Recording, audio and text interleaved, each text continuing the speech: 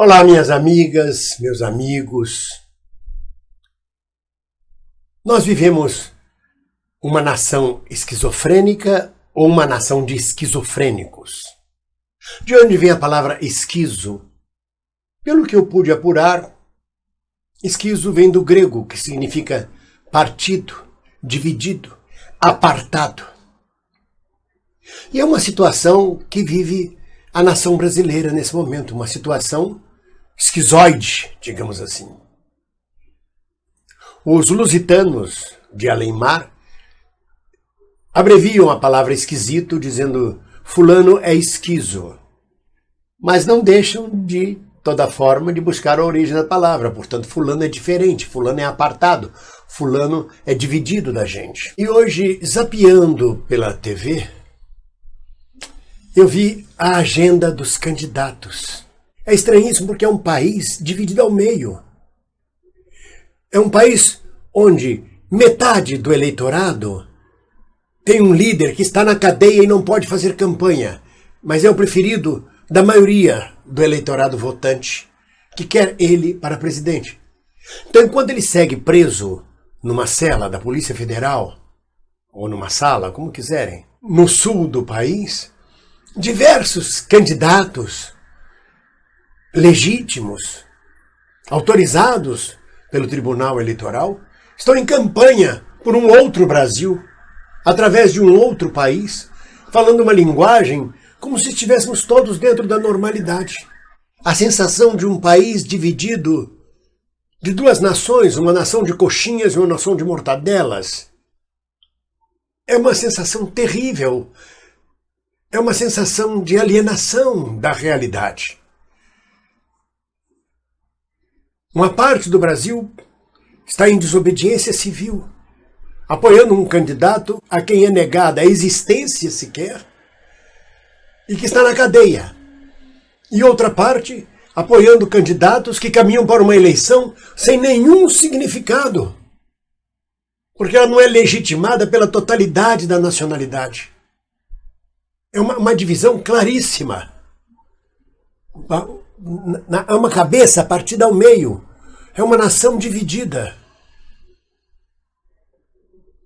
Eu não sei como vai se resolver esta divisão. Na maioria das vezes, em casos de esquizofrenia, não há cura. E a vida é encurtada. Mas me dá a absoluta sensação de que vivemos um caso de esquizofrenia nacional. Entre os vários sintomas que justificam eu dizer que é uma nação esquizofrênica, um dos sintomas da esquizofrenia é o sintoma da ilusão. A pessoa pensa que está vivendo uma realidade, quando a realidade, na verdade, é outra. Só nisto a nação brasileira a gente não precisa nem pensar. Qual é o Brasil verdadeiro? Aquele dos 63 milhões de desempregados sem carteira assinada, de trabalhadores informais? Ou aquele de 1% que vive em condomínios de luxo, que vive até fora do país? São dois Brasis diferentes, completamente diferentes, divididos. Qual é o Brasil? Aquele dos trabalhadores que ainda restam, que saem todos os dias no mesmo horário, em conduções apertadas, para ir trabalhar 8, 10, 14 horas por dia? Ou aqueles que ficam em casa esperando a bolsa abrir para especular financeiramente com o capital e apenas com o capital? Só isso já é um sintoma gigantesco de esquizofrenia. Qual é a realidade? O que é real neste país? O país que um governo golpista apregoa que as estatísticas de federações de indústrias demonstram que está crescendo ou que está melhorando? Ou o país que está indo ladeira abaixo? O país que nega estas declarações? Se fosse uma pessoa, ela seria esquizofrênica. Uma hora ela afirma uma coisa, uma parte dela afirma uma coisa, outra parte afirma outra. A própria situação de ambiguidade já é um sintoma de esquizofrenia. Há uma sensação de ambiguidade no ar. Que eleições são estas? Quem será eleito? Quem pode ser candidato? Quem não pode ser candidato? Isto pode, mas aquilo não pode? Toda hora surge um obstáculo dentro da cidadania que revoga a liberdade anteriormente concedida, ou o direito anteriormente concedido, e conquista-se outros direitos. É profundamente ambígua. A sensação persecutória é outro sintoma. E não é sensação, é real. Ela é persecutória. Os processos, eu acho que as varas cíveis devem estar lotadas de processos. É um processando o outro, é um perseguindo o outro. Os canais de YouTube, onde se expressam opiniões, as pessoas entram desesperadas para negar, para combater, para desdizer o que é dito. O que é dito é desdito logo depois. Persegue-se a fala do outro até a exaustão. Neste processo eleitoral, em que esta nação esquizofrênica mergulha, há sintomas claros de esquizofrenia, como a mania de grandeza, onde o cidadão que é candidato acha-se um grande homem, um gênio, com soluções prontas para a sociedade brasileira. Os candidatos manifestam outro sintoma da sociedade brasileira, que é o pensamento desordenado, que é um dos sintomas da esquizofrenia. Uma hora um candidato diz uma coisa, logo depois ele diz, não foi isso que eu quis dizer foi outra coisa. Eu não sei bem. Teve um que é candidato ao governo de São Paulo, que disse sim, não, sim. No debate da Rede TV, não, sim, não sei. Isso é um sintoma claro de esquizofrenia. Uma sociedade dividida, uma nação dividida, apartada. Um país que é um continente. E cada região está pensando de uma forma. Me lembra aquela figura dos dois burros, cada um querendo puxar o outro para um lado para poder comer capim, e nenhum dos dois come o capim. É estranhíssimo. É como se, por exemplo, o candidato a presidente que está na cadeia não existisse como ser humano, não existe como pessoa, ele não existe. Os órgãos de comunicação não falam dele, ele não faz campanha, ele não existe.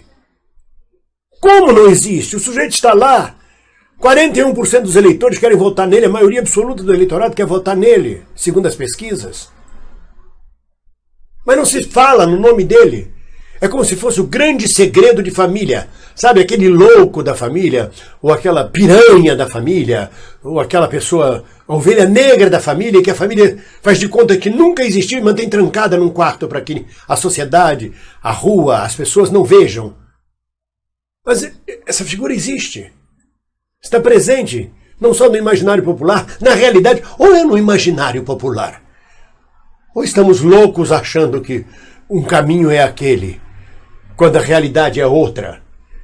A mídia nos apresenta uma realidade completamente diferente, o que não inclui o monstro que está preso em Curitiba, trancado no quarto, o monstro familiar. É terrível o momento de alienação que o país está vivendo. É um puro momento de alienação da realidade.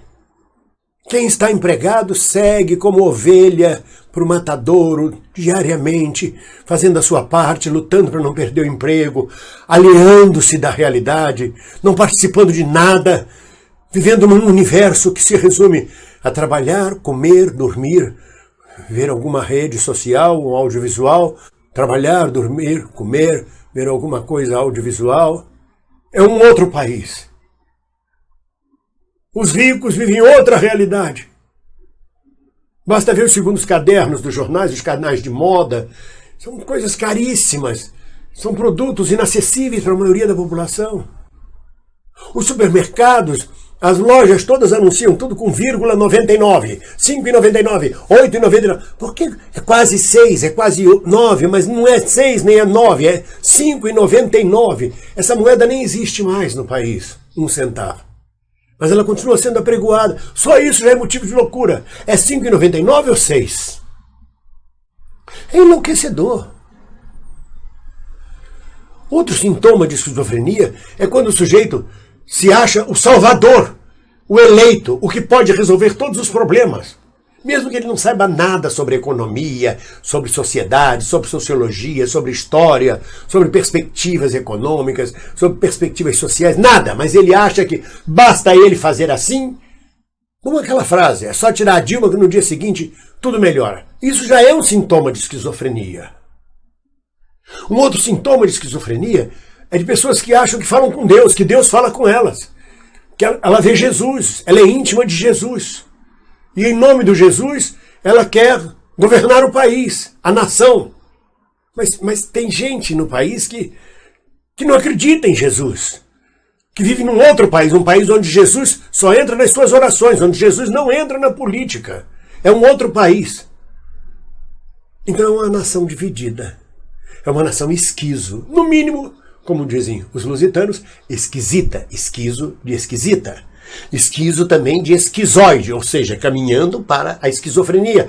Ou verdadeiramente uma nação esquizofrênica, partida, dividida. Como vai terminar isso? Como todos os esquizofrênicos, de forma trágica. Com vida curta. A menos que eu esteja enganado e seja eu o esquizofrênico, esteja eu fora da realidade. Um abraço.